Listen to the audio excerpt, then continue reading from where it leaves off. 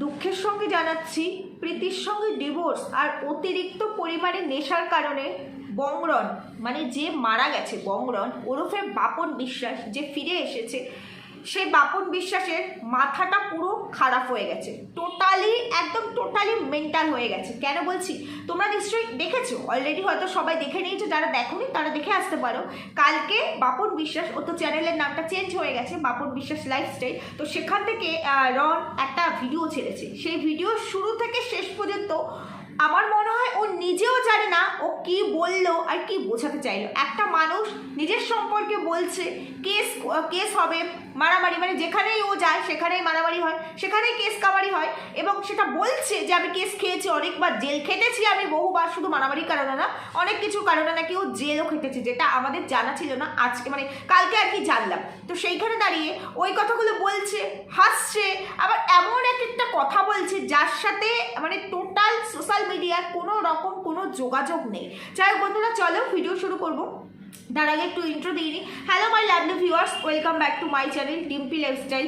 বন্ধুরা আমার সাথে থেকো, পাশে থেকো, চ্যানেলটিকে সাবস্ক্রাইব করো, লাইক কমেন্ট শেয়ার করো। একটা সত্যি কথা জানবে যে তুমি আজকে যত বড় মিথ্যে কথাই বলো না কেন, আজকে যতই তোমার মিথ্যেটাকে মানুষ বিশ্বাস করুক না কেন, সময় সমস্ত কিছুর সঠিক উত্তর দেবে এবং সময় বুঝিয়ে দেবে, প্রত্যেকটা মানুষকেই বুঝিয়ে দেবে যে কোনটা ঠিক কোনটা ভুল। আজকে রন প্রীতি, এই রন প্রীতির যে ডিভোর্স বা ব্রেকআপ যেটাই হোক, ডিভোর্স তো ডেফিনেটলি হয়েছে, এটা নিয়ে কম দিন ধরে কম চর্চা চলছে না সোশ্যাল মিডিয়ার মার্কেটে। এক একজন এক এক রকম করে বলছে, তবে যেটাই বলুক না কেন দুজনের লাইফে নতুন করে জার্নি শুরু করেছে, নিজেদের মতো করে দুজনেই ভালো থাকার চেষ্টা করছে, সেটা খুব ভালো কথা। তো সেইখানে দেখো এই যে এই রন আজকে পাহাড়ে আছে, প্রীতির জায়গায় আছে, যেখানে ছিল সেখানে। প্রীতি কিন্তু 2026টা অন্যরকমভাবে শুরু করেছে। সে বর্ষসেরা একটা সম্মান পেল, সেখানে তাকে ইনভাইট করা হয়েছিল, সেখানে সে গেল এবং সেখান থেকে সে যা যা অ্যাচিভ করার করলো। তাই জীবনটা নতুনভাবে শুরু করতে চাইছে। সে তার বাবার জন্য একটা দোকান কিনেছে, সেই দোকানটা খুব শিগগিরই ওপেনিং হবে, সে নিজেই একটা ডিক্লেয়ার করেছে, একটা গাড়ি কিনেছে। নতুন কিছু, নতুনভাবে লাইফটাকে যাতে আরও সুন্দর করে, লাইফটাকে যাতে আরও প্রোগ্রেস করা যায় সেই দিকে প্রীতি চেষ্টা করছে। আর এদিকে রন দুদিন আগে ভিডিও করে প্রীতির ফ্যামিলি, প্রীতির ব্লাড, প্রীতির এক্স, সমস্ত কিছু নিয়ে কথা বললো, সমস্ত কিছু A to Z নিয়ে কথা বললো, সবাইকে সোশ্যাল মিডিয়ার মার্কেটে তুলে ধরে নিলামে বিক্রি করলো। আজকে তার লাইফটা কোথায় গিয়ে দাঁড়িয়েছে সে আজকে নিজেও জানে না সে কি বলছে। প্রত্যেকটা কমেন্টে একটা মানে অ্যান্সার কিন্তু কমন ছিল ওখানে, সেটা হলো কি এর মাথাটা খারাপ হয়ে গেছে। ভিডিও দেখে যা বুঝলাম এর মাথা পুরোই খারাপ হয়ে গেছে, সত্যিই তাই। ও কি বললো, কি নিয়ে ভিডিও করলো সেটাই বুঝতে পারলাম না। এই ছেলেটি দুদিন আগে বলেছিল যে আজকে প্রীতিকে নাকি মানুষ চেনে এই রনের কারণে, রনের জন্যই প্রীতি নিজেকে অন্যরকমভাবে প্রেজেন্ট করতে পেরেছে সোশ্যাল মিডিয়ার সামনে। অথচ প্রীতি কিন্তু প্রীতির জায়গাটাকে ধরে রেখে একটা না একই রকমভাবে কাজ করছে, বরঞ্চ আরও ভালো কিছু করছে।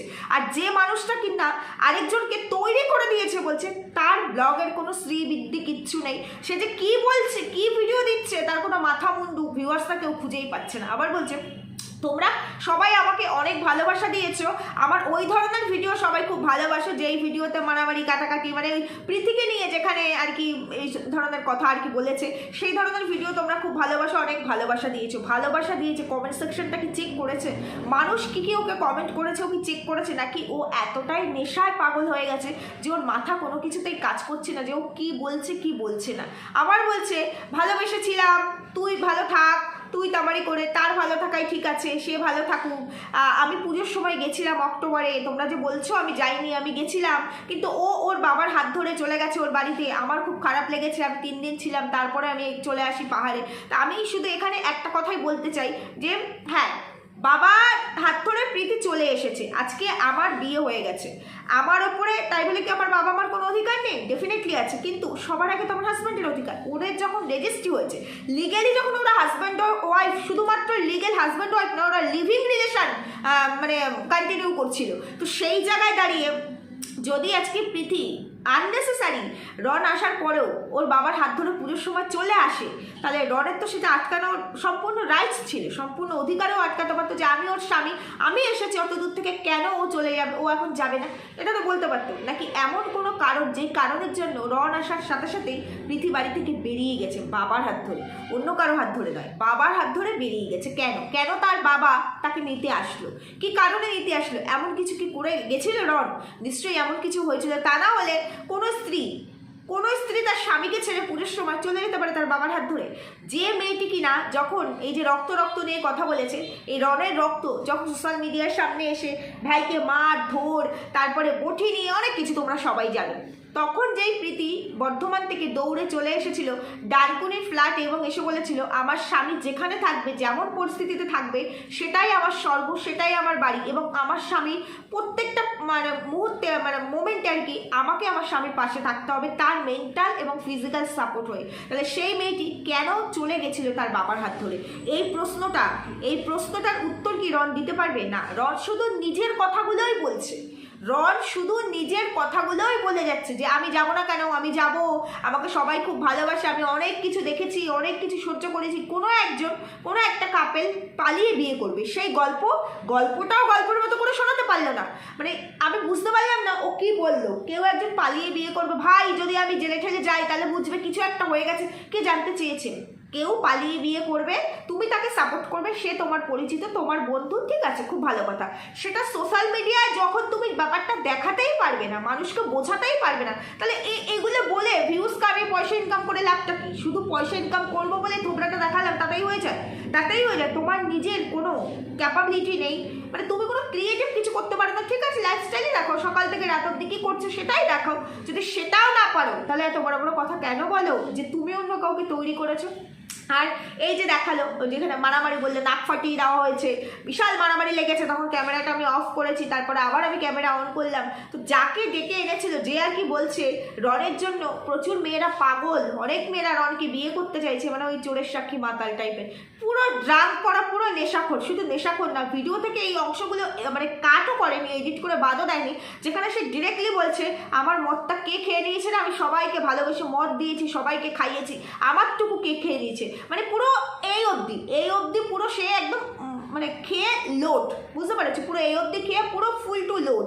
শুধু তাই নয়, রনের কথা শুনেও বোঝা যাচ্ছিল রন যেহেতু ওখানে সবাই খেয়েছে, বললাম ভালোবেসে সবাইকেই খাইয়েছি, সবার জন্যই করেছি, তো সেখানে রনও খেয়েছিল এবং খেয়ে মানে মাতালের মতো করেই কথা বলছিল। কোনো ভদ্র সভ্য মানুষ ওইভাবে কথা বলে না। কোনো কথার মানে কীরকম বলো তো, ধরো আমি রাস্তা দিয়ে যাব, এই একটা ওয়ার্ড বলতে গেলে টোটালটাই যেমন বলতে হবে, রন ঠিক এরকম বললো আমি মাঝখানে ওয়ার্ডগুলো মিসিং, এইরকম মানুষ বুঝবে এটা কি বুঝবে, কি শোনাতে চাইলো আর কি বোঝাতে চাইলো? কেউ পালিয়ে বিয়ে করবে, তার জন্য জেলও খাটতে পারে, মারামারি হয়েছে তার জন্য কেস হতে পারে, বিষয়টাকে মিটিয়ে দিয়ে এসেছে, আবার তারা মারামারি করেছে। এই গল্পগুলো শুনে আমরা কি করব? আমরা রনকে চিনি, রনের লাইফস্টাইল জানতে চাই, রনের লাইফে কে কোথা থেকে জুড়ে গেছে, তাদের জীবনে কি হচ্ছে, এগুলো ভিউয়ার্সরা জানতে চায় না। মানে এগুলো ভিউয়ার্সদেরকে বলা মানে নিজের বোকামির পরিচয় দেওয়া ছাড়া আর কিচ্ছু না। আবার বলছে খুব ভালোবেসেছিলাম। যদি ভালোবেসেই থাকো তাকে বাজারে নিলামে তোলা যায় না। কই প্রীতি তো একটা ওয়ার্ডও বলেনি, একটা কথাও বলেনি ভালোবাসা কাকে বলে বোঝো। শুধু নিজেকে আমি মহান করব বলে সবার সামনে নিজেকে প্রেজেন্ট করা, তুলে ধরা, এটাকে ভালোবাসা বলে না। ভালোবাসা হয় ভেতর থেকে। ভালোবাসা মানে একটা অনুভূতি, যে অনুভূতিটাই তোমার মধ্যে হয়তো নেই, তাই জন্য মানে ভাট বকছো, পাগলের মতো বকছো, যার কোনো মানে মিনিংলেসভাবে তুমি কথা বলে যাচ্ছ, মিনিংলেসভাবে ভিডিওটা দিয়ে গেলে, যেখানে কেউ কিচ্ছু বুঝতে পারলো না। ভিডিওটা আমি কালকে দেখেছি, কালকে দেখার পর কালকে আর আমার মতো মানে ভিডিও করার মতো সময় হয়নি, তাই জন্য আমি ভিডিও করতে পারিনি। ভিডিওটা তোমরা আজকে পেয়েছো, মানে পাবে আর কি। তো অনেক মানুষই অলরেডি এটা নিয়ে ভিডিও করে নিয়েছে, তোমরা তো নিশ্চয়ই দেখেই নিয়েছো। আর যাই আমার ভিডিও না একটু লেট করেই দেখলে, তবে সেখানে একটা কথা কিন্তু রন বারবার বলছে, মানে কথায় বলে না যাতে মাতাল তালে ঠিক সেই রকমই রন কিন্তু একটা কথা বারবার বলছে, আমি ততটুকুই বলেছি যতটুকু বললে এই মেয়েটির কোনো ক্ষতি হবে না। আমি বারবার ভাবছিলাম এতগুলো কথা কি বলা যায়, আমি অনেক কিছু কাজ করি, এখান থেকেও অনেক কিছু কাজ করব, কারণ এগুলো বললে ওর লাইফে একটা ইম্প্যাক্ট পড়বে, ওর লাইফটা খারাপ হবে। সত্যি কিছু কেটে ছেটে বাদ দিয়ে, কতটুকু বাদ দিয়ে কি ঢেকে তারপরে তুমি বলেছো, যেখানে ওর এক্স, যেখানে ওর বাবা মাও রেহাই পায়নি, যেখানে ওর বাবা মাও রেহাই পায়নি, যেখানে ওর এক্স পর্যন্ত তাকেও টেনে নিয়ে এসে কথা বলেছো। যখন তুমি তার এক্স ছিল জেনেই তার লাইফে এসেছিলে, তারপরও তার এক্স নিয়ে কথা বলতে কিন্তু তুমি একবারও পেছনে যাওনি। আমরা জানি না, আমরা পৃথির কাছে এই কথা শুনিনি, কারণ পৃথি কোনোদিনও এই কথাগুলো বলবে না। তোমার লাইফেও যে এক্স ছিল না তারই বা কি গ্যারান্টি আছে? কেউ কি বলতে পারে? তুমি বলতে পারবে তোমার লাইফেও যে এক্স ছিল না? ছিল না কি? তো ছিল কি ছিল না সেটা কিন্তু তুমি বলবে না। প্রীতি কিন্তু কোনো দিনও এই কথাগুলো নিজের মুখে বলবে না যে তোমার লাইফেও কেউ ছিল কিনা। এটাকেই বলে ভদ্রতা। ভদ্রতা তো দেখলাম, পুরো নেশা করে, পুরো চুর, নেশায় চুর চুর হয়ে আবল তাবল আবার মানে এমন কিছু কথা বলছো যে কথাগুলো পুরো মিনিংলেস, কোনো কথা মানে নেই। তুমি কেন ব্যারাকপুর থেকে চলে এসেছো? ওই ঘরটার মধ্যে তুমি থাকতে পারছিলে না, পালিয়ে চলে এসেছো। এখন এখানে যেখানে আছো সেই ঘরটার থেকেও তুমি পালিয়ে চলে যাবে, তুমি থাকতে পারছো না। মানে কি হচ্ছে? মানে লাইফের কোনো স্টেবিলিটি নেই। জীবনটা কিভাবে আমি তৈরি করব তার কোনো স্টেবিলিটিই নেই। এত যদি নেশা করে থাকো সারাদিন, যদি এত নেশার পেছনে ছোট আর নিজেকে বড় ভাব, মানে বড় বড় একটা হামবড়াই ভাব দেখাবো, নিজেকে সবার সামনে প্রেজেন্ট করব, এইরকম একটা ব্যাপারের পেছনে যদি ছোট, তাহলে কোনো মেয়ে তোমার লাইফে কখনোই স্টে করবে না, কোনো মেয়েই করবে না। পৃথি হয়তো এতগুলো দিন ধরে এটা চেষ্টা করেছে তোমাকে ঠিকঠাক করার, কারণ তোমার কালকের ভিডিও দেখে এটা স্পষ্ট, একদম স্পষ্ট যে তুমি মানে সবসময় বোধহয় নেশার মধ্যেই থাকো, নেশা করেই থাকো। তাহলে একটা মেয়ে কী করে এই যে জিনিসগুলোকে টলারেট করে দিনের পর দিন? কারণ তোমার এই নেশা সংক্রান্ত বিষয়টা বেশ কয়েক মাস আগেও কিন্তু একবার উঠে এসেছিল, 1 বছর খানেক আগে বোধহয়, 1-1.5 বছর আগে কিন্তু উঠে এসেছিল। তোমার এই নেশার জন্যই মাঝখানেও কিন্তু তোমাদের দুজনের মধ্যে ব্রেকআপ হতেও বেঁচে গেছে। তাহলে এই নেশাটা তুমি তোমার লাইফ থেকে কোনো কিছুকে সরাতে পারবে না। শুধু একটা মেয়ে তার জীবন থেকে সব কিছু কেটে ছেটে বাদ দিয়ে দেবে শুধুমাত্র তোমাকে ভালোবাসবে বলে। এটা তো হয় না, এটা তো হয় না। যে তুমি বারবার বলছো না, তুমি ওকে যা দিয়ে এসেছো, একটা দোতলা বাড়ি, তারপরে গাড়ি, সমস্ত কিছু 20 লাখ টাকা, প্রচুর গয়না গাটি সব দিয়েছো, কোথা থেকে দিয়েছো? যার নিজের একটা ভিডিও ঠিকঠাক করে দেওয়ার ক্ষমতা নেই, সে কোথা থেকে ইনকাম করেছে? আলাদা কোনো প্রফেশন তো তোমার নেই।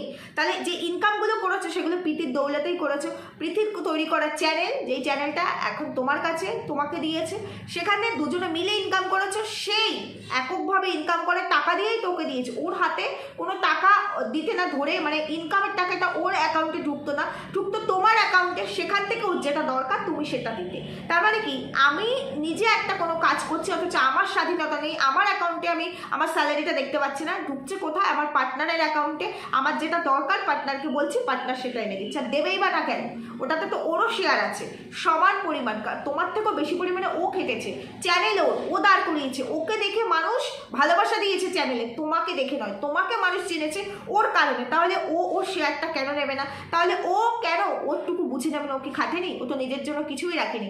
আজকে 1টা বছর এই মেয়েটা আলাদা আইডিতে কাজ করছে, আর 1টা বছরে মেয়েটা নিজের জন্য স্কুটি কিনেছে, নিজে আলাদা থাকছে, সেই রেন্ট দিচ্ছে। শুধু তাই নয়, মেয়েটি বাবাকে দোকান করে দিয়েছে, দোকানটাকে নতুনভাবে মানে একটা নতুন দোকানকে সাজাতে যা যা জিনিসপত্র লাগে সমস্ত কিছু করেছে। আর তুমি কি করেছো? তোমার কাছেও তো চ্যানেলটা রয়েছে, তুমি কি করেছো? তুমি ফুর্তি করছো, নেশা করছো, ঘুরে বেড়াচ্ছ পাহাড়ে, বাস তোমার লাইফ শেষ ওখানে। নেশাতেই শুরু আর নেশা দিয়েই শেষ। মানে সকালটাও হয় ওই নেশা দিয়ে, আর রাত্রিবেলা ঘুমাতেও যাও নেশা দিয়ে। তোমার ভিডিও দেখে এটুকুই মনে হলো তুমি আবার বলছো তারাও আজকে আমাকে নিয়ে কথা বলছে, যারা কোনোদিন আমাকে নিয়ে, যাদের অকাতই ছিল না আমাকে নিয়ে কথা বলে। তুমি নিজে জানো তো তোমার অকাত ঠিক কতটুকু, তোমার অকাত কোথায়, তুমি এই অকাতটা পেয়েছো কার জন্য তুমি নিজে জানো। আগে নিজেকে চেনো, তারপরে অন্যকে জাজ করবে। যাই হোক বন্ধুরা, ওভারঅল আমার এইটুকুই বলার ছিল, এর থেকে বেশি কিছু বলার নেই। ঠিক বললাম না ভুল বললাম জানিও। সুস্থ থেকো, ভালো থেকো, দেখা হবে পরবর্তী ভিডিওতে। আজকে এখানেই রাখছি, টাটা।